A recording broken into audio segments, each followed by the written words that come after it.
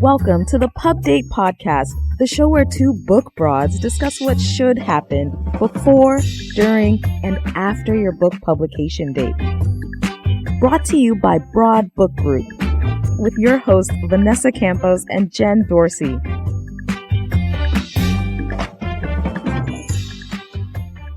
Hi, everyone. Welcome to another episode of the Pub Date Podcast. I'm Vanessa.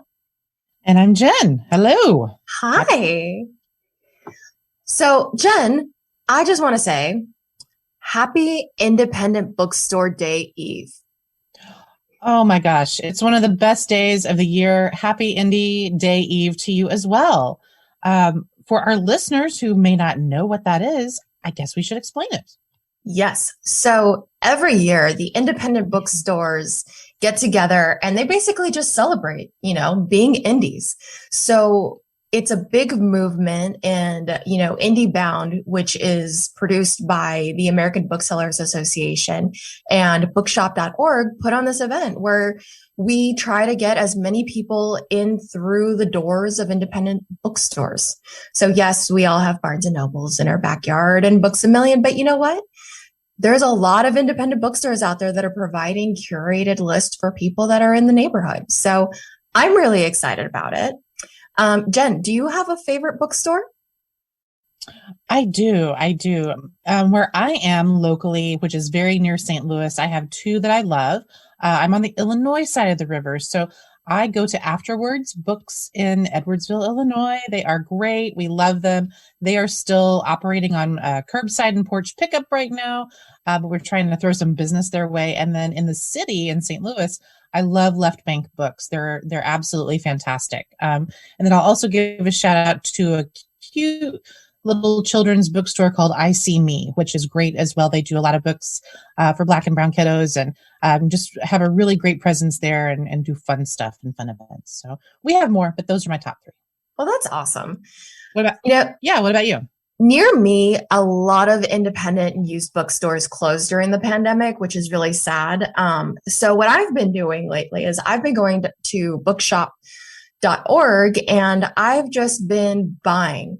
I pick an independent bookstore in the middle of the country. I, will visit the Parnassus bookstore website, and I will just buy through them. And what I love about bookshop.org is that they actually provide a fund to help support independent bookstores. So every purchase, a little bit of that money goes to a big pot, and that pot gets distributed to all the independent bookstores that sign up through the bookshop.org website. So I absolutely recommend that. And, sometimes the indies will go ahead and add a little something, not to rag on them, but Barnes and Noble, when I order from them and I get them delivered, it's usually a bunch of advertisements and like, hey, get 50% off of this, Food Network thing. And I'm like, okay, that's great. But when you buy indies, sometimes they just send you a cute sticker and a thank you message, and it's just personal. So I love that. I do too. And I think that's what sets indies apart and what makes them worth celebrating. It's not just that they're a bookstore, they're a community builder and they're part of the community. And that's what their bread and butter is. And so the last year has been so hard for so many people, but indies in particular, because they really thrive on that browse traffic and people stopping by and, just right. having a coffee and having a chat. And they haven't been able to do that for the last year. So I'm really impressed with how they've kind of pivoted their business model. They're doing curbside pickup, which is so similar to what restaurants are doing to survive, and doing all kinds of virtual events. And they just really stepped up. So tomorrow is a wonderful way to celebrate them. Go out, grab some books at your independent bookstore. If you can't do that, buy on Bookshop, and let's give them some love. Yeah, absolutely. And don't take it just from us. We are lifelong book lovers. It's just never going to be, it's a thing that we hoard. But I just read that Barack Obama, former president, is actually going to make a few virtual visits to 6 bookstores around the country on Saturday to help celebrate. So if they are in your backyard, or if you're interested, I would say go out and look for, a little bit more information. Here is a list of those bookstores. It's Square Books of Oxford, ISO 1, and I may be butchering that, ISO 1 Books of Los Angeles, California, Politics and Prose bookstore in Washington, D.C., Parnassus Books of Nashville, and the Lit Bar in the Bronx, and Literati of Ann Arbor. So, if you're interested and want to see Barack talk, go ahead and check them out. Hey, those are all great choices. I saw him on Parnassus's Instagram this morning. So he's already out there doing the work. Perfect. I love that. President. Thank you. Okay. So today's topic is going to be about the life of a book before it hits the shelves. So the life of a book before it hits the shelves, we obviously know it, it starts with the idea. Is it a book? Is it not? Which we discussed last time. And then, once you actually get to the point where you realize that it's a book, your book idea should go through what we call in the industry a production timeline. Now, let's talk a little bit about that schedule, what it is, who uses it, and why authors, even indie authors, should use one. Jen, what do you think? All right, let's dig into this. The life of a book before people see it is robust. It's a very busy life. And I think that anyone who's an editorial can tell you that so much has to happen before people see that book on the bookshelf. It's not just turning it in and typing it up and printing it and ta-da, it's done. There's so much more involved than that. And so I'm going to speak to the editorial part of that a little bit, and then I'm going to kick it to you, and we'll see how the marketing kind of intertwines with all of that, right? Right. I think it's got to start off with some very strong editing. Obviously, you can't just turn in a book and call it done. So in the business, we do several levels of edit to make sure that it's tip-top shape. And development editing is kind of the first step of that. So what that means is you have an editor who sits down with you, takes your manuscript, and kind of puts themselves in the shoes of the reader and says, okay, I'm going to read this for consistency. And does it make sense to me as a reader? Does it flow well? People love to use the word flow. Does it flow well? Are there transitions in there? Do the chapters make sense in the order that they're in? Kind of those big picture topics. That's what a development edit is. So that's always my first step with an author once I get that raw manuscript in. So I've gotten a lot of questions from indie authors and even some of the traditionally published authors where they say, well, do I need a dev edit? I'm a prolific writer. Okay, so that laugh just tells me everything I need to know. It does. I'm sorry. Everybody needs an editor, everybody. And because, your book is your baby, right? You're in it. You love it. Right. And you love the things in it, and you love what you're saying in it. And that's great. And we want you to feel that way about your book. But you're not the person buying the book, and you need someone else to read the book to give you that feedback. Otherwise, you're going to get the feedback that your mama gives you, which is, I love it. It's great. You're wonderful. And that's not the feedback that you need. You need to know if it works or if it doesn't. And so that's why you need a very good, very skilled development editor. So let's talk a little bit more about the developmental editor and what people should think about when they start hiring for someone that's a dev editor. Like, what should people, and we're talking specifically nonfiction business books for this particular conversation. What should indie authors be on the lookout when they're interviewing a dev editor? So I think there are a couple of things at play. You need two things. First of all, you need someone who's got the resume to back it up. And then you need someone who is going to be a good partner in the process with you. That's harder to discern from a resume. Right. So I would really recommend when people are hiring out an editor, not only do they look at that person's vita and see what their background is and if they're the right kind of editor, but also I would just have a conversation or two with them and get a feel for their working style. Is it going to mesh well with your working style? See if maybe you can talk to some of their former clients who can speak to, how happy they were with the process. For me, the number one most important thing to remember, though, during this process is that not all editors are built the same. So, just because someone edits one type of book doesn't necessarily mean they'd be good at editing another. I do nonfiction. That's all I do.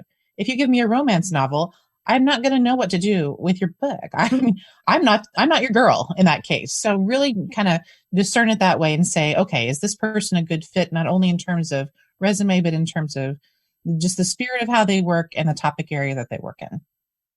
Yeah, that's definitely good to know. There's going to be a lot of people out there who are going to want your business. So just make sure you ask the right questions. So typically, how long does a dev edit take in the perfect world? Yeah.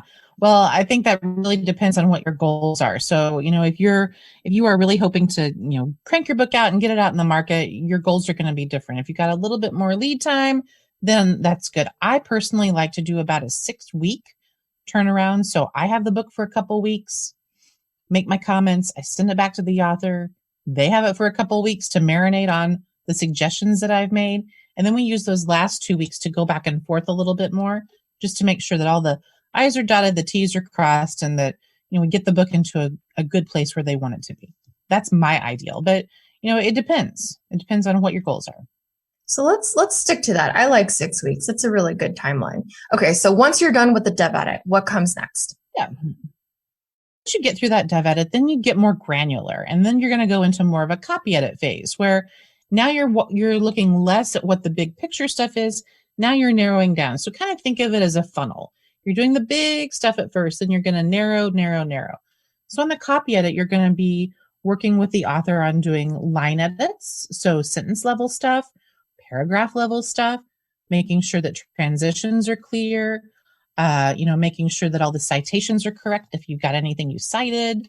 So really kind of that more nitty gritty stuff. And then just making sure that the language is the way it needs to be. And I guess at that point, you need to, if you're an independent author, you've got to kind of let the copy editor drive the bus. So, if they're going to be using a specific style of editing, that's important to know. If they're going to use Chicago style or MLA or APA, or there's so many ways to go. So some of that depends on what your book is about, but most people will use Chicago. That's good to know. So you talked about, the line edit. Wouldn't that be something that a proofreader would be able to do? Oh, that's a good question. So they're kissing cousins. They're really similar. I think when when you're doing a line edit, you're reading it for the language. When it then gets to a proofreader, they're really charged with doing like the incredibly granular stuff of making sure that there are no major typos. That the sentence construction that you laid out at the beginning is what it looks like in the finished book. The proofreader really doesn't step into the process until you have either a very final manuscript or you have that designed book. That's good to know. I like that. I've never heard it be called the kissing cousins. That's right. So it's all related. It really is. And, at this point, we're looking at dev edit and then it goes into copy edit. So they all go hand in hand and then they go into the proofreading. So at this point, I love to interject and work with the editor, the managing editor of your book and say, hey, is this book ready? Is it at a point so that we can maybe grab some sample chapters and kind of prep something so that we can ask for people to review it? So early reviews, praise quotes, testimonials. So like Jen said, there's 6 weeks of dev edit. How many weeks is there of copy edit, Jen? Typically it runs between 3 and 4 weeks, depending on how messy it is. And keep in mind too, that even though your dev editor, your friendly neighborhood dev editor likes to catch stuff when they can, their job isn't to do that nitty gritty line edit stuff. So there will be plenty for the copy editor to do. So I usually say about 4 weeks for that piece. And then once you've got that designed book or the final manuscript, 2 to 3 weeks for proofreading. But yes, you are correct. That's really where I think, and where you and I have done this in the past together, where the marketing folks really step in and kind of say, all right, let's get this marketing cooking, because you can't wait. Yes. So that actually makes me think about, the process. And most book proposals will come into dev edit with a title and a subtitle. And I would say that more times than not, when the book is going through that dev edit, things change. So then we start looking at the title. So while you have the manuscript, and when it's actually coming back, I like to take a look at it during the copy edit phase and see, okay, has it changed from when it was originally submitted? And does it merit a revised title and subtitle? So more times than not, it does. That's a really good opportunity for you and you as an author and your marketing person to really start thinking about that and solidifying that.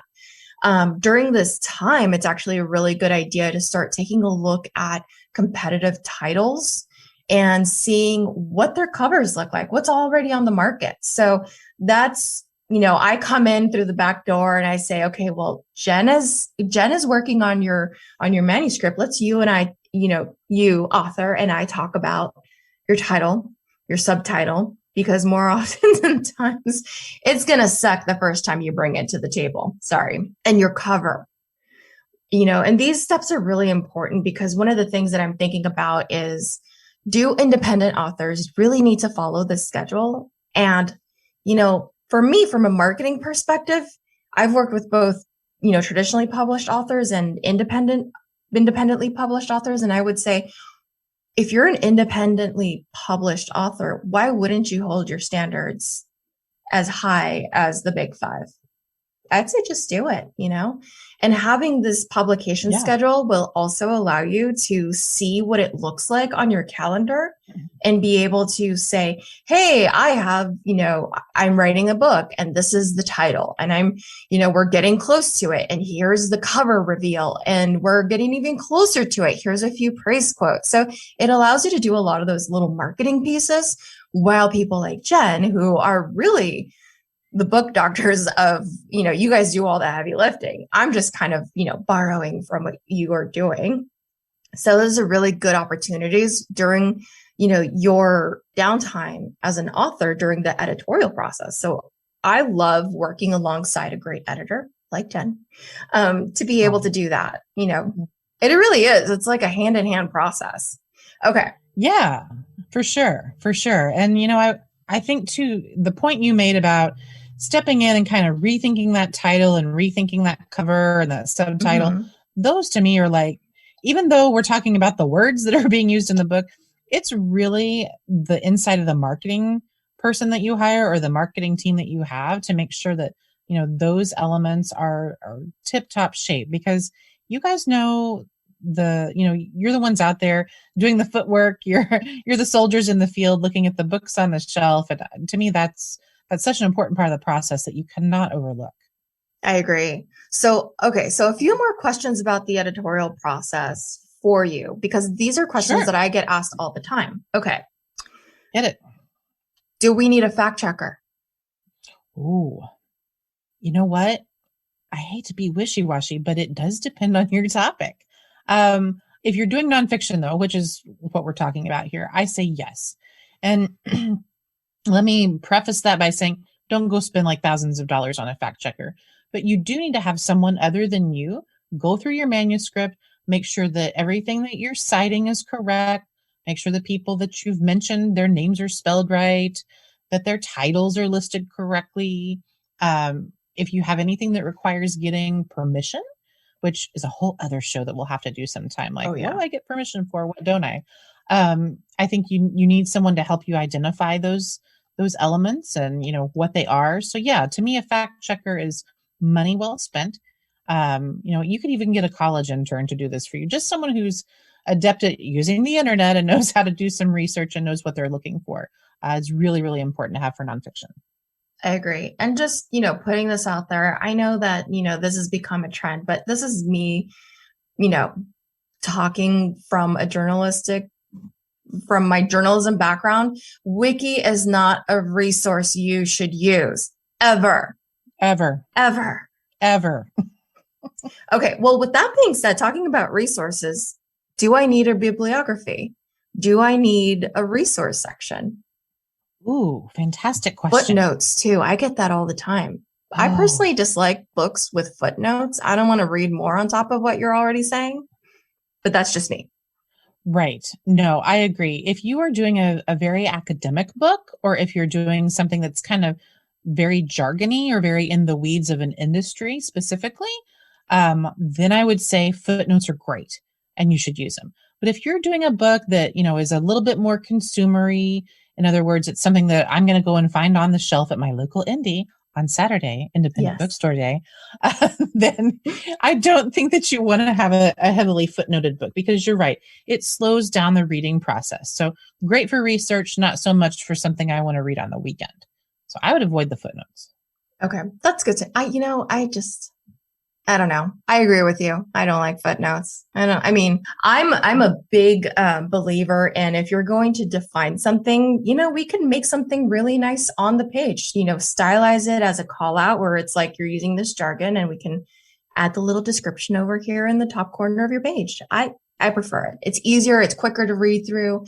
And really, for most of the business books that are out there, from you as a thought leader and as someone who wants to further what you're saying to your immediate audience, I think it's just quick hitting, and it keeps people moving through your book. And that's really what you want. Okay. So yeah, absolutely. We're talking proofreading, fact checking, bibliographies, all the things. So after this, we want to go ahead and, talk about a little bit about the layout and interior page design. Is this a point in which you work on this? Do you hand it off? What's that process look like for you? So you know what? Designing the book is a whole other ball of wax, and you need a good professional designer to do that. So I would say, if you're hiring someone independently, then you've got to really watch yourself. You got to make sure that you're hiring someone who is in the book business and not just a general graphic designer, and probably not someone you're going to find on Fiverr or whatever.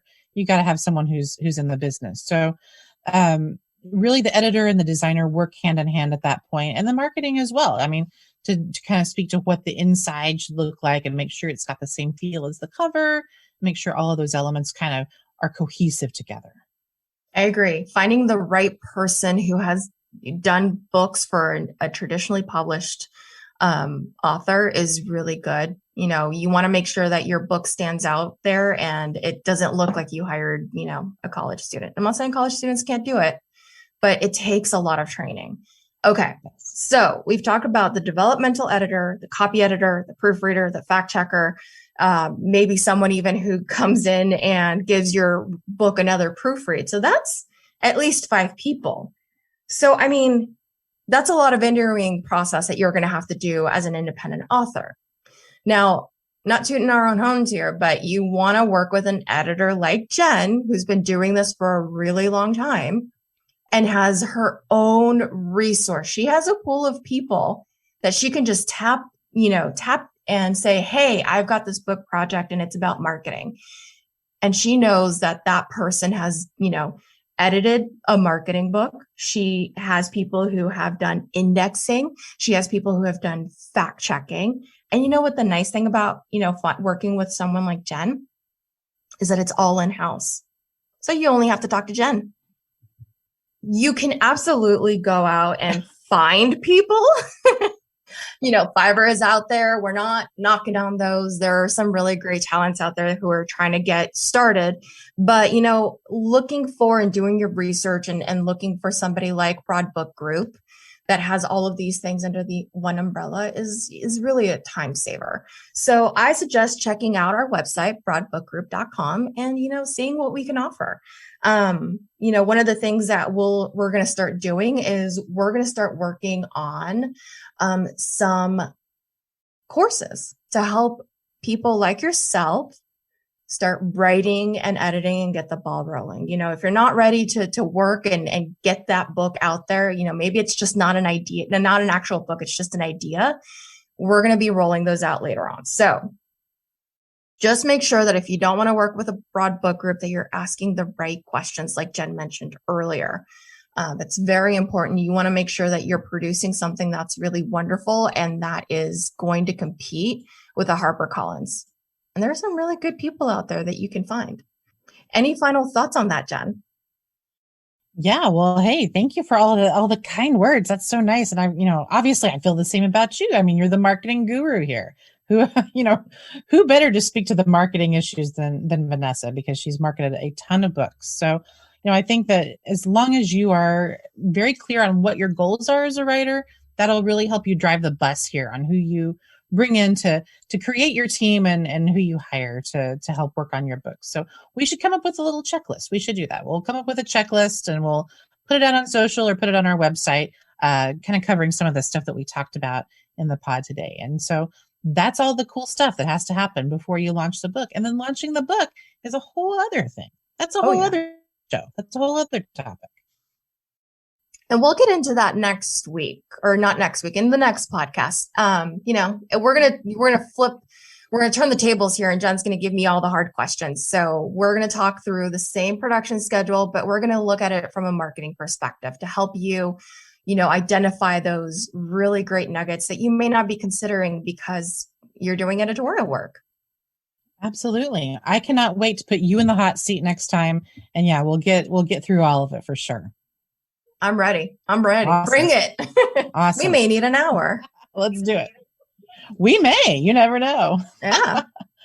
Awesome.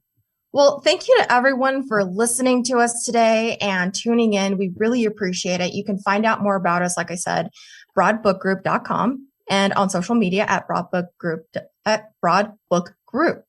A big thank you going out to our producer, Paul Roberts of OC Talk Radio, and our executive producer, Emily Carpenter, Pulskamp of Little Red Communications. Until next time, keep publishing. We hope that you gained some valuable insights into the world of book publishing. Head over to broadbookgroup.com to learn more about us and all our services. And be sure to check out all our social media at Broad Book Group. Until then, keep publishing.